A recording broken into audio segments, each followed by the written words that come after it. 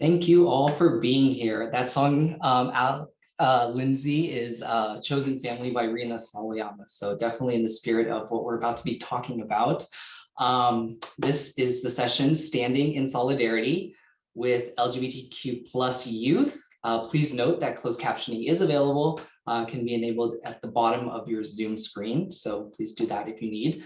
My name is Kaisen Bunduong. I am the Director of Development at Philanthropy Together. It's just one of your co-hosts for the We Give Summit.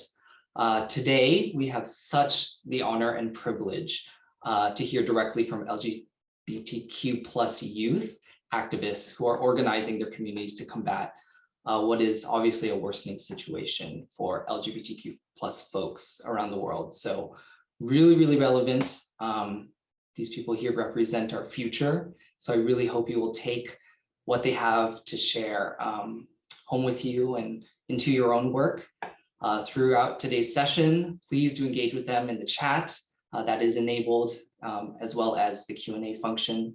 We really encourage you also to share your feedback on the session with a quick 2-question poll at the end of the session. But with that, I'm happy to introduce our moderators, Danielle and Alex, to do further introductions and kick off this amazing session. So welcome to you both. Wonderful. Thank you so much. Thank you everyone for being here today. My name is Danielle Segal and I am the program director at Honeycomb. My co-presenter Alex is going to introduce himself in a little bit, but just to get everything started, I want to ask everybody a question and feel free to write your answers in the chat box. But I want you to write, what is your first memory of giving? So whatever that means to you, giving your time, giving your resources, giving funding, what is your first memory of giving? So have a little think and pop that in the chat.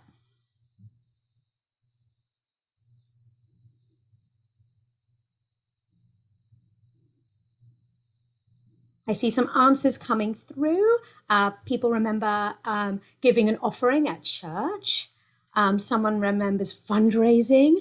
Oh, getting sponsored for a swimathon. I remember those.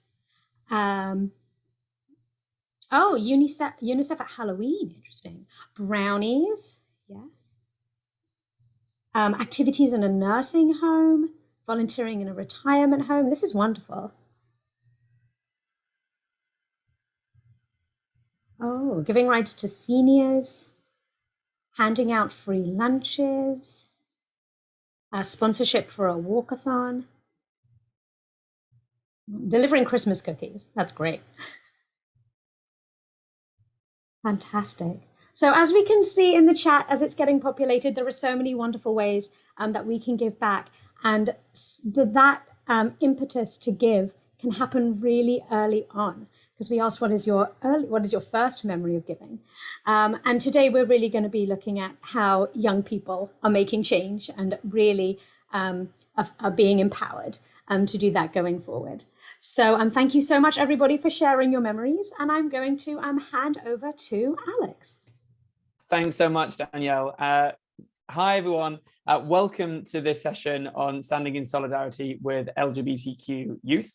As Danielle said, my name's Alex. Danielle and I will be kind of moderating today's session, and we have a packed 15 minutes for you. We're absolutely thrilled and excited to be hosting this session at the second We Give Summit.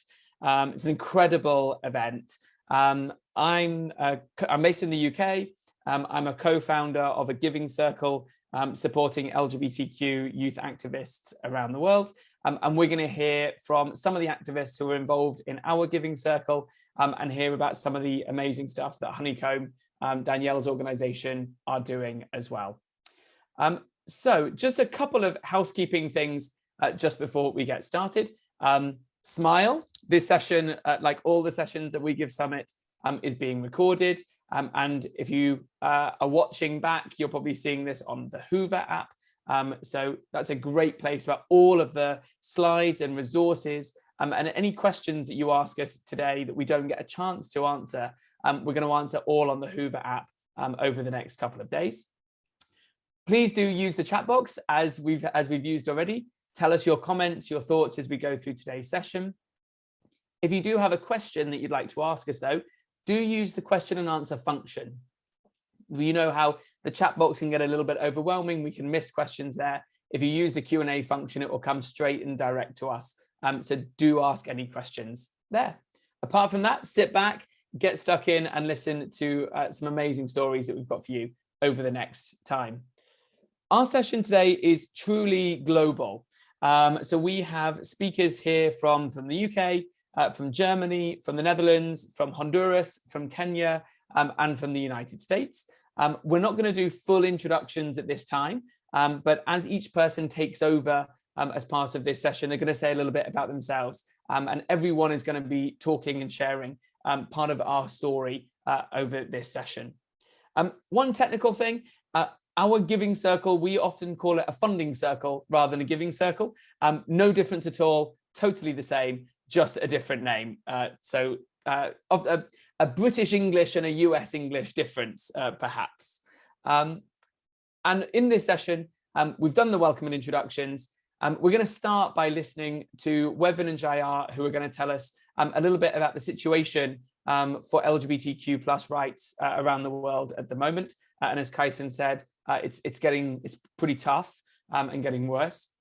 We're then going to talk a little bit about how we are organizing in response and how we are getting resources to activists to kind of change that. And that session is going to be Ricardo and Sultan telling us about that. Then we're going to hear a little bit from Danielle at Honeycomb, who's going to talk us and tell us through some of the resources and the things that Honeycomb are doing, again, to shift resources and shift power in terms of philanthropy, supporting LGBTQ communities. And then finally, Danielle and I will wrap things up towards the end. That's it. That's our session. So that's all the introductions done. We're going to go straight over to Wevin, who's going to be our first speaker, who's going to talk through a little bit about the situation for LGBTQ rights around the world. Wevin, over to you. Thank you very much, Alex. And I'm so excited to be speaking in this session. We're going to start by looking at the global picture for LGBTQ plus rights. And you're going to see where homosexuality is legal and illegal, where individuals and communities are living under threat of either violence, imprisonment, death penalty for being who they are and for loving freely. And as queer activists, young activists, the discrimination and the marginalization is more for us. So in 70 countries in the world, it is illegal to be homosexual. And there are very specific laws where, they've criminalized same-sex relationships. In 11 countries, individuals face the death penalty for being gay, including being stoned to death or being hanged. In over 40 plus countries, there is no criminalization, but LGBTQ plus communities have no social safety net.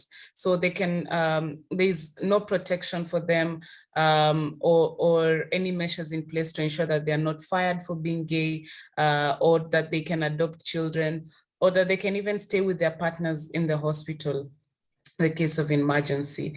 When we look at Russia, we see that technically homosexuality is legal, but you find that the community there continues to face violence.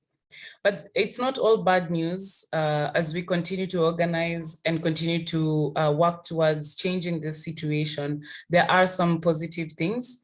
Like in 31 countries, same-sex marriage is legal. We're talking about Argentina, Australia, Austria, Belgium, Ireland, Mexico, the UK, the US, among others.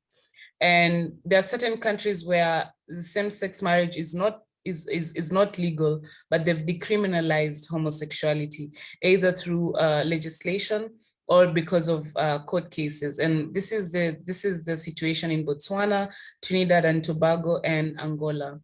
As of December 2020, 81 countries had laws against discrimination in the workplace on the basis of sexual orientation. 20 years ago, it was only 15. So you can see we're making progress although at a very slow pace. Laws shape the society and the culture too. And we're going to see how, because of this restrictive laws, how this affects the lives of LGBTQ plus communities. Over to you, Alex. Thanks so much, Wevin. And I'm going to hand straight over to Jaya, who is just going to tell us about kind of how is this experienced by people? The laws are there. It's such a great overview. Thank you, Wevin, and such a difficult picture. What is it like? What's it like to live somewhere like that, Jaya? Tell us a little bit about your story. Thank you so much, Alex. First of all, it's a pleasure to be here. My name is Shiar Ali, and I'm representing Exani. We are a organization that's countering media bias and also focusing on advocacy. I would like to focus on, for an example, Iraq, where I am from. LGBT topics became a public debate topic in 2016, and that's through efforts of a limited number of organizations and activists. And we managed to engage people to talk about the issues that people were facing. And meanwhile, before the violence were not reported, we made it more reportable, and we made it more visible to the international community what's happening in the region. And unfortunately, since then, LGBT identities and relationships are still considered taboo, and because the society most of the time holds on to tribal values, which cause regular hate crimes against the community. And there are a few organizations and activists, but they cannot actually register and be transparent with the government that they're focusing on LGBT rights. For example, in the Kurdistan region, which is the northern part of Iraq, we have the Directorate of Non-Governmental Organizations, and they are refusing to register any LGBT organization and reference Article 393 of the Iraqi Penal Code, which is about non-consensual sex originally, to deny the registrations and to punish LGBT people, especially gay people and lesbian people.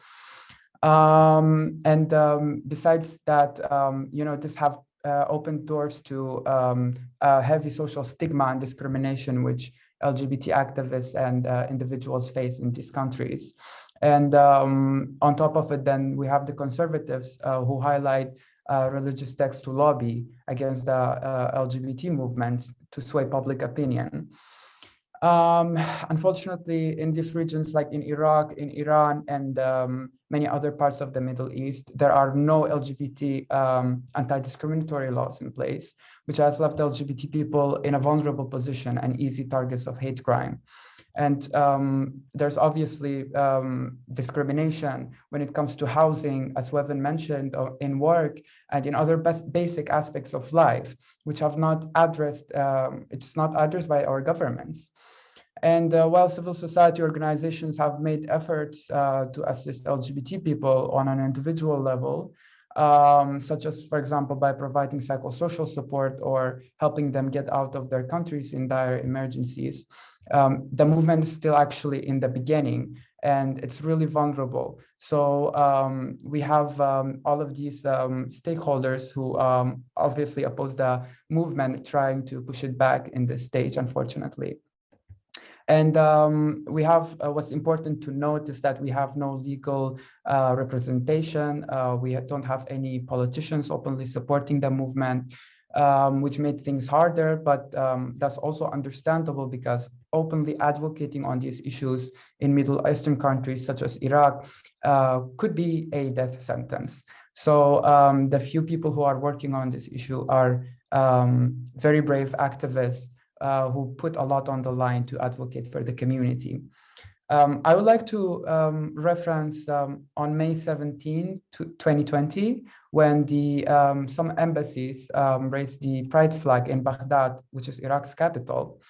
They were immediately faced by a heavy backlash by Iraqi politicians. One of the most known ones, Muqtada al-Sadr, compared homosexuality to incest and called it a paraphilia and urged the public to take action against the act.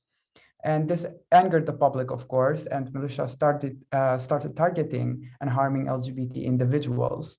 And later in the Kurdistan region, for example, a political faction called the Kurdistan Justice Group sued a pro-LGBT organization on 2021. And they started their own organization to fund anti-LGBT propaganda in the region. On April 1st, the same year, our security agency locally in the Kurdistan region started an operation to detain LGBT individuals, or gay men more specifically. And it was supported by 17 members of the Suleimania Provincial Council. And the operation was only stopped after we applied international pressure. So it's always really important to work with each other to improve the situation in these countries. Thank you, Alex, and back to you. Thank you so much, Zaya, for telling us how these laws kind of play out in people's daily lives. And you mentioned there the incredibly brave activists who are doing work to combat this. Well, that's you. You are one of these most incredibly brave activists who are unwilling to accept the status quo and are going to fight for it. Thank you both, Wevin and Jaya, for telling us that context. We now want to talk a little bit about what we're doing in response. And because you've heard about the picture globally, and we want to share a little bit about how we, as a giving circle, are trying to change some of that through shifting resources to youth activists. And so Sultan and Ricardo are going to lead us in this next session, this next section, and talk a little bit about the funding circle that we are all part of. And so Sultan, I'm going to hand over to you to tell us a little bit about how we work. Thanks so much, Alex. And now I'm gonna talking on behalf of Funding Circle. My name's Sultan. I'm initially from Bangladesh. I'm a youth queer rights activist. I've been working since 2014 for my community. So today, as you can see that LGBTQ Funding Circle is working for youth activists around the world. It was established 3 years ago. Alex, who listened stories of many youth activists, those who are actually willing to work for the community, for gay community, for LGBTQ community. But as a youth activist, we are not able to get a lot of support, especially the financial support, due to the lot of paperwork, due to the lot of international barriers. So from that thought, Alex and his other co-workers and colleagues and friends built up this giving circle, and I'm one of the activists and member of this circle, and I'm really happy and honored that I have received funding for 4 times, and I was able to work with that small fund without any restriction, without any barriers. So we work basically like our work is basically in 3 categories. First is network. We build network. We build network across the globe, across the world. We have activists and donors from different parts of Asia, Africa, Latin America, and from all other world. And then we provide fund from that organization, LGBTQ Funding Circle. We provide funding to activists, especially the youth activists and organization, youth-led organization and youth-led movement. We give priority to youth people because youth are the most courageous being who can work. But the problem I have already mentioned that they are not able to get support due to the lot of paperwork and things. And then we work on in solidarity. We not only just give fund and get feedback. We stand with each other. We build a longing relationship between activists and donor, between the LGBTQ movement of the world. So in 2018, as you can see there, we have given almost $19,000, and so far we have, given $28,335 US to youth activists without any barriers, without any restriction, without any lot of paperwork and formality, because we want to, build a world equal and free for LGBTQ people, especially the LGBTQ people in the repressive area. Initially, I'm from Bangladesh, and it's quite tough to register your organization as an LGBTQ organization, and the queer people also a criminal under the law of 377. So we can't work in the other region who accept gay people. So our main motto and our main things is to support the queer people without any barriers, without any restriction. Thanks so much. Thanks so much, Sultan, and it's great to have you part of our funding circle. Just two things before handing over to Ricardo to tell us a little bit more. Just some headlines. So our funding circle is made up of about 25 financial donors. Most of them are contributing about $50 US per month. And as you can see on this slide, so far we've given out just over $28,000 US, and we give that out in small grants of no more than $1,300 at a time. And by the end of this year, we'll have given out actually another $15,000 US. So in kind of 3 years, we'll have given out almost $45,000 US from a standing start. I think we're incredibly proud of what we've achieved so far. Ricardo is one of our volunteers as well, and is going to talk us a little bit more about our approach. Thank you, Alex. Hello, everybody. I'm so excited to be here. My name is Ricardo Galvis, and I support Alex with the activist network of the Funding Circle. I am originally from Colombia, and I'm currently working in Honduras with the Office of the High Commissioner of Human Rights. And I have experience advocating for LGBTI rights in several countries in America, especially in Central and Latin America and in the MENA region. Okay, so a really important part of what the Funding Circle does is to provide funding, of course. The money is always unrestricted, and we can change what we're doing to spend the money on. But the Funding Circle isn't just about the money. So as mentioned by Shiar and Sultan and Alex, the Funding Circle is also about the network, a support system. It's about connections and relations. It's about building a network of activists and LGBTIQ plus youth organizations. So for this, activists meet regularly. We have a signal group for discussions. And honestly, this has been hard to create and establish, given huge time zones, differences, access to technology and data, and competing priorities. So for us, the Funding Circle isn't about charity, it's about solidarity. We're a collective with a shared goal of wanting to create a freer and fairer world.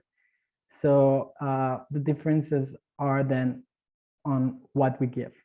Some of us can give money, some of us give time, some of us give our skills, and we live in different contexts. And that's also part of the diversity within our Funding Circle.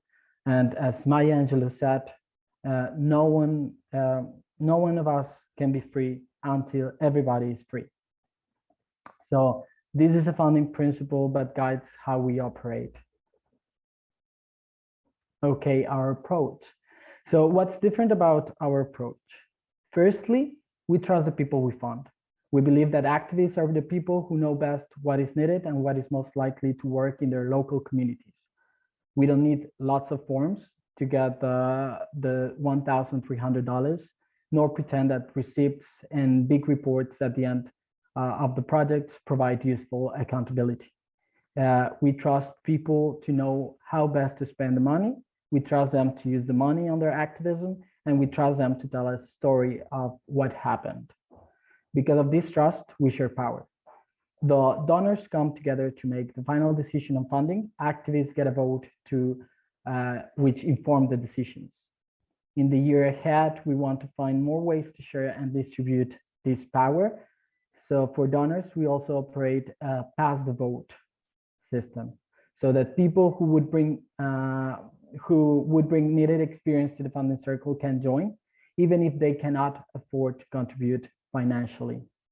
Crucial to our funding circle is the relationships we form and sustain.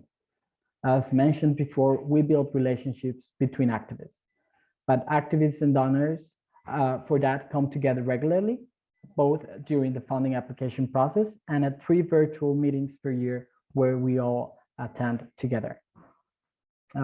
Thank you. Back to Alex. Thanks so much, Ricardo. We know that many of the people who are here at We Give Summit are involved in giving circles already, but some people, quite a lot of people, are brand new. And so we wanted to kind of give a bit of an overview about how we work in terms of the nuts and bolts, but also explain a little bit about some of the principles that are underpinning our work. This is probably the final bit that we're going to talk about in terms of the funding circle or the giving circle. But please do ask us any questions. Either we'll get to them here or on the Hoover app. But I'm now going to hand over to Danielle, and I'm actually going to stop sharing my screen as well and let Danielle come in. Danielle is from Honeycomb and will introduce herself and the organization. Danielle, over to you. Wonderful. Thank you so much, everybody. As Alex said, my name is Danielle Segal. I am the program director at Honeycomb. And actually jumping off on what Sultan said, that youth are the most courageous. And I love that. And this is why we do so much of our work at Honeycomb, with the recognition that young people really can change the world. And when they put their time, their effort into doing things, they can really make a huge, huge difference. And this is a huge pillar of our work at Honeycomb. So a little bit about us as an organization. So Honeycomb is the leading resource for Jewish youth philanthropy. And I'll talk a little bit about youth philanthropy in just a moment. So we drive innovation in philanthropy education, and we do that by creating tools and curricula and trainings for professionals, everything they need to deliver really high quality experiences that really empower youth to fund real change. And we organize a global network of youth philanthropy programs, really as a way to inspire future philanthropists and change makers. So if you're not familiar with youth philanthropy, as Alex mentioned, there are people here in the audience who are part of giving circles or other types of giving experiences, philanthropy experiences. What's wonderful about youth philanthropy is really it is driven by the youth. It is youth making funding decisions, real funding decisions. So this is kind of our little elevator pitch. Guided by values, young people are given the opportunity to engage in hands-on charity or giving through strategic grant making. And that's really the key thing, that the teens, the young people are coming together and making very key decisions about a collective grant making decision. And this is very real. They're making real decisions about real money. This isn't pretend, this isn't a simulation, this is absolutely genuine. And it's collective grant making. So the group are making decisions together, much like your giving circle might be. And the decisions are made through consensus. So everyone's opinion matters, everyone's opinions are heard. And it's not about winning or losing. Like with a vote, there are some people who go away happy and others who go away not so happy. But the great thing about consensus is that everyone comes to a decision that everyone is happy to move forward with, even if it isn't their first choice. And it's really a key pillar to our work. Programs can be all kinds of different sizes. We've got programs which are 6 young people coming together, and others which are 60, others which are 200 young people coming together. It really depends on the host organization. And it really does follow a genuine grant-making cycle. It includes educational content to build philanthropic knowledge and understanding. So these young people are receiving real proposals from nonprofits, doing site visits, doing their due diligence, understanding what the nonprofits are doing, as one of the panelists said earlier, not presuming that we know what's happening on the ground. You have to speak to the people who are actually doing the work. And that's a big part of the program as well. So a little bit of a zoom out of kind of the big picture. So really, we've spoken about it a lot today already, is youth empowerment. This is really young people affecting real change in the world. They also understand the role of philanthropy plays in the service sphere. So, volunteering is important, advocacy is important, and this also dovetails very neatly into philanthropy. And as Alex's organization shows, there is some seed funding that goes to the activists so that they can do what they do. So it's not that those things live in a vacuum. There is a very key moment where they overlap. So as part of our curriculum, we examine 22 justice issues, which are kind of like causes in the world. And each group takes the time to examine these 22 justice issues. And one of those justice issues that we have as part of our curriculum is LGBTQ plus rights and inclusion. And that's what we're going to explain today about focusing on with one of our resources. And I'm going to show you that as well. It's a free resource that's available to everybody on our website. We've talked about how we are mobilizing young people, both online and in person. We know we all pivoted over the past couple of years to online, but it's also been really wonderful for global and national programs that maybe could not meet in person anyway. They're able to meet online in a really meaningful way. And it's also part of a global movement. Once you're a young person doing this work, you're not just by yourself doing this work. There are so many other young people who are doing work like this in giving circles, in youth philanthropy programs, and them being able to share their experiences is really important. So why youth philanthropy and LGBTQ work? So it's really important that we highlight the work of LGBTQ nonprofits and those doing the work in that sphere. And by doing a giving circle or a giving program with young people that focuses on the topic of LGBTQ plus rights and inclusion, you're really highlighting the nonprofits who are doing that work as well. In our curriculum, we also talk a lot about allyship, and I'll talk about that in a little bit later about how important that role is as well, and recognizing what allyship is. We also in our program talk a lot about values, and really all this work is really an expression of our values, and that this kind of charitable giving is an expression of our values. And you see that represented in the curriculum. For instance, we have a whole section at the beginning where we ask people to share their pronouns, and we explain why and why that is important. We also have a section about terminology and making sure that people understand what the terminology is and how we use it. People might not have firsthand experience of the LGBTQ plus community, and some might, and everyone's experiences might be different. So getting everybody on the same page is really important. And again, it's that kind of expression of the values, that we listen to everybody, we understand people's stories, that we don't make assumptions, and that we really bring people together for this cause. So what I'm going to do now is I am going to just show you the resource because it's a really wonderful resource. Again, it's free on our website. And if you are thinking of bringing young people together to run any kind of giving circle, and you want to do this through an LGBTQ plus lens, and then this is a really great place to start. So I am going to bring up the resource so that we can all see.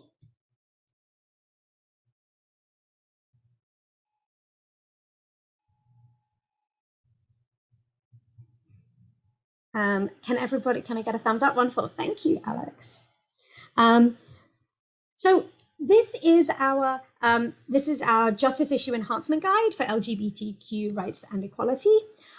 So we have a 90-minute giving circle experience. It's like a little mini giving circle experience that can all be done in 90 minutes. And it's a kind of a universal program. You can use it in many different ways. And what this is kind of like an overlay to that 90-minute experience. So there are moments where you can swap out or enhance activities so that you can do it through a particular lens. And this resource helps you do a mini truncated 90-minute experience through the lens of LGBTQ rights and equality. This can also be used as part of other programs as well. You can expand it, you can take different activities from it. So it's really very versatile. As we mentioned before, here are some notes about terminology, and we talk about pronouns as well at the beginning, as I mentioned before. It's even got some script suggestions. So as you're running your giving circle, there's some really great pieces of script that we can talk about while you're doing the session. It's also got full step-by-step instructions. You can see these numbers at the side.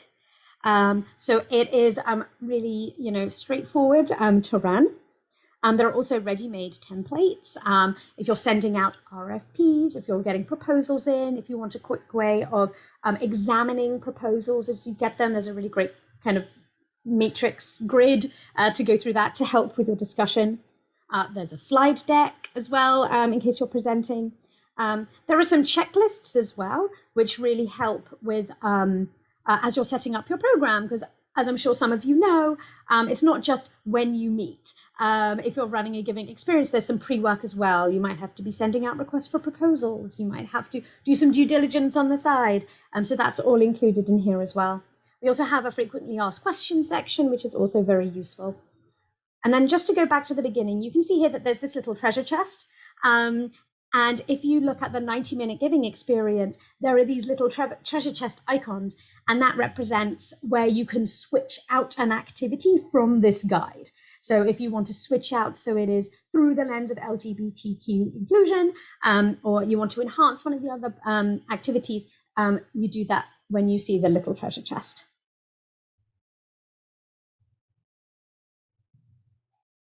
So just that was a very quick whip through of the resource. And I just want to explain a little bit more about the structure of the program and some best practices if you're thinking of running this for the young people in your community.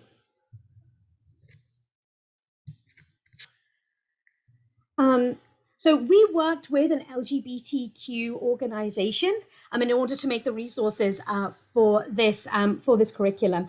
And it was really important to us that we sought an expert opinion in order to make this resource. And I highly recommend that for anything that you do, is really to consider bringing in some experts, if that is not your expertise, if that is not your lived experience, to really make this a meaningful experience for the young people doing it. Our curriculum is done in 4 phases, which is kind of like 4 bite-sized chunks in order to run a giving experience. Some of you are already very experienced in running something like this, but if you're new, this is very easy and digestible.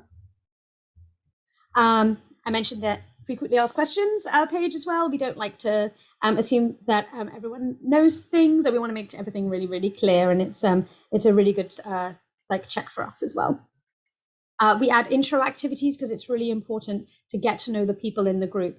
And as many people have mentioned today, it's not just about the money you're giving, it's about the relationships. It's about how you understand the people in the group and who you're working with, and that is really important. So that's why we've added a lot of introduction activities as well. And especially, to establish vocabulary and setting up a space where people feel safe and that growth is possible.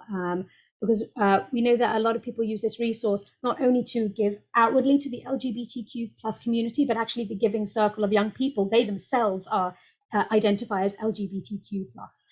So setting up a safe space is important as well.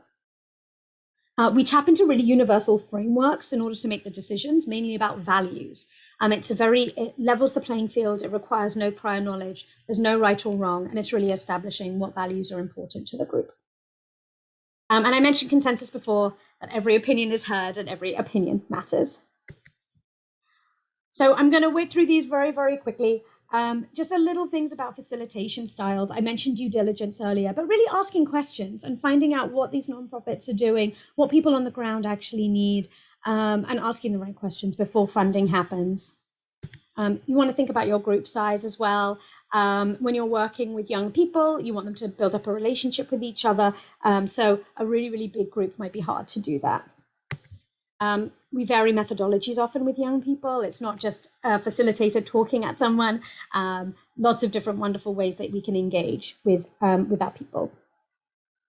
I mentioned before about online and how that is like built a bridge for a lot of people who haven't been able to meet in person.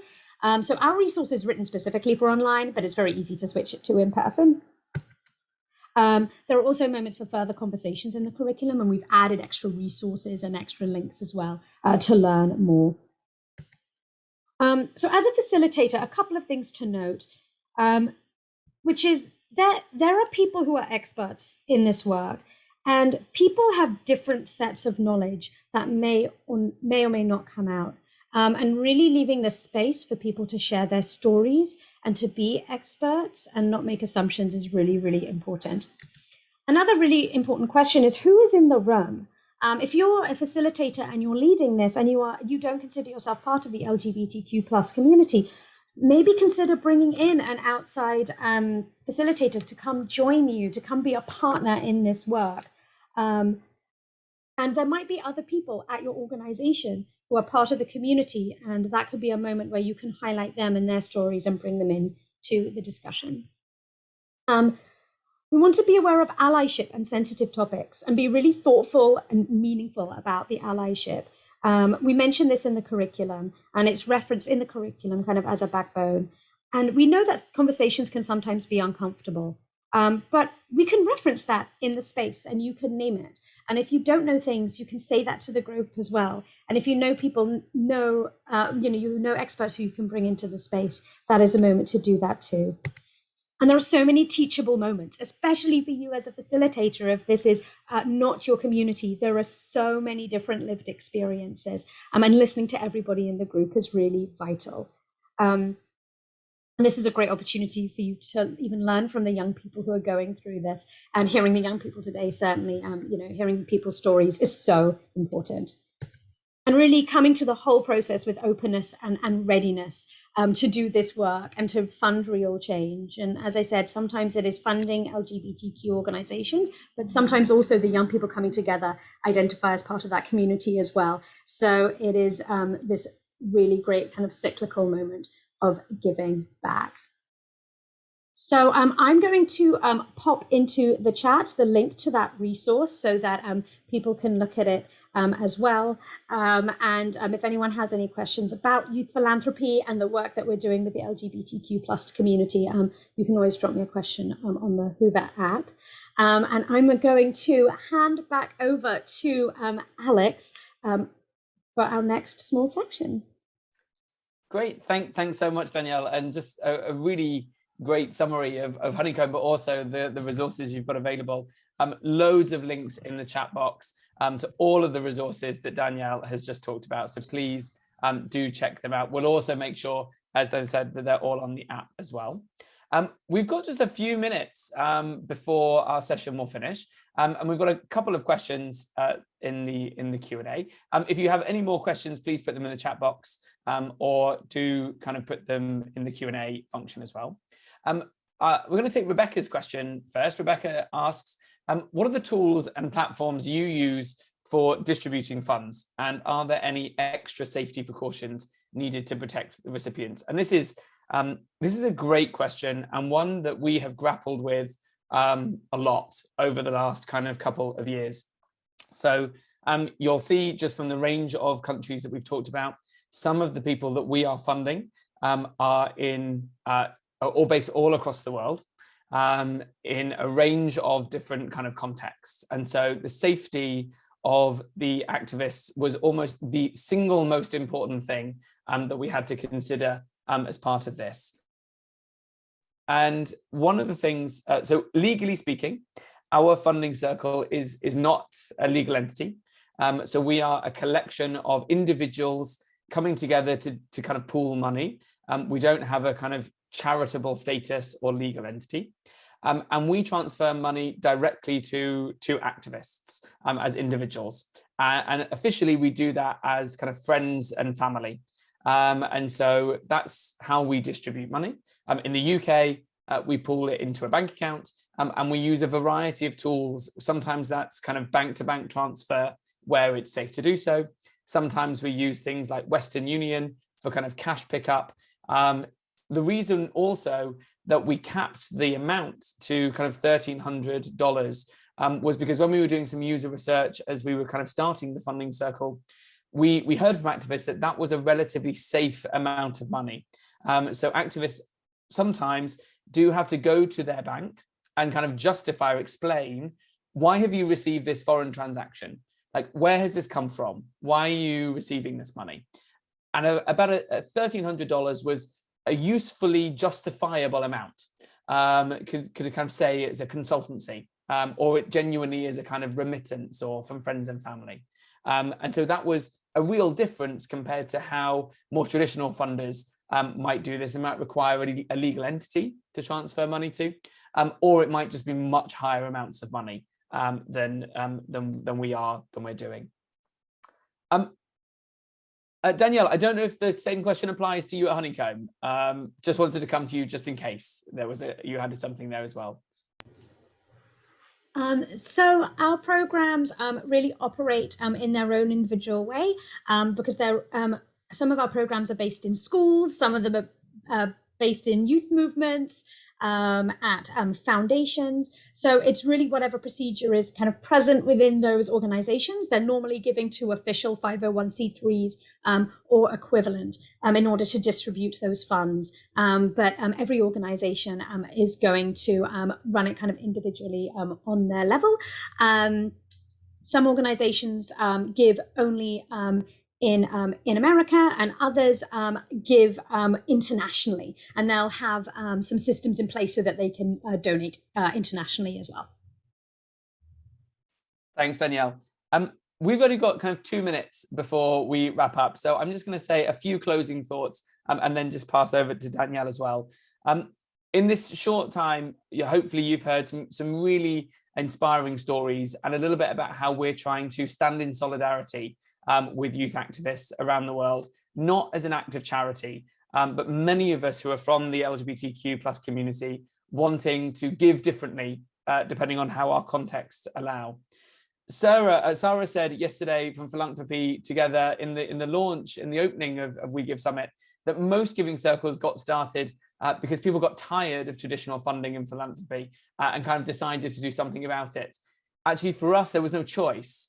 We had to start something because the funding mechanisms simply didn't exist. And a few shout outs, a lot of the other sessions here at We Give Summit are also focusing on how we are using giving circles as a way of quietly shifting power. There's a great session on Saturday about the future of philanthropy, which is all about young people. And there are other LGBTQ giving circles here as well, particularly the one hosted by the Latino Community Foundation, who had a session earlier as well. They'll all be recorded and on the Hoover app. Check them out. We're all doing some really fascinating and kind of disruptive stuff. That's it for me. I'm going to hand over to Danielle to say the final words of the session. But thank you so much from our side for joining. Danielle. Wonderful. Thank you so much. Just a couple of extra plugs. First of all, check out our website. We've got loads of resources on there. Some are paid, but a lot of them are free. So that 90-minute short giving experience is on there. Also, the LGBTQ inclusion guide is also on there. We are going to be running a facilitators training in June. I'm going to pop the link in the chat there.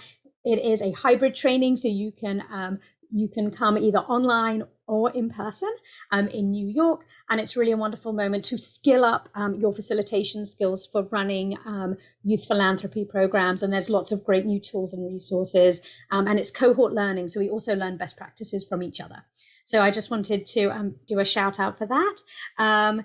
And thank you all so much for being here today. The panelists today, thank you so much for sharing your stories. This was truly, truly wonderful to hear, everyone. Thank you to everybody in the audience for your comments and your questions and joining in with our conversation. I'm just going to hand back to Alex to say final goodbyes. I think over to Kaisen, in fact. No, a big round of gratitude to all of you. I mean, this is such an incredible, insightful panel. Thank you for taking time out of your busy days to really contribute to the We Give Summit. So Wevin, Sultan, Shayar, Ricardo, Alex, Danielle, you are all doing the work and once again, leading us all into a better future, I believe, at the end of the day. So once again, thank you.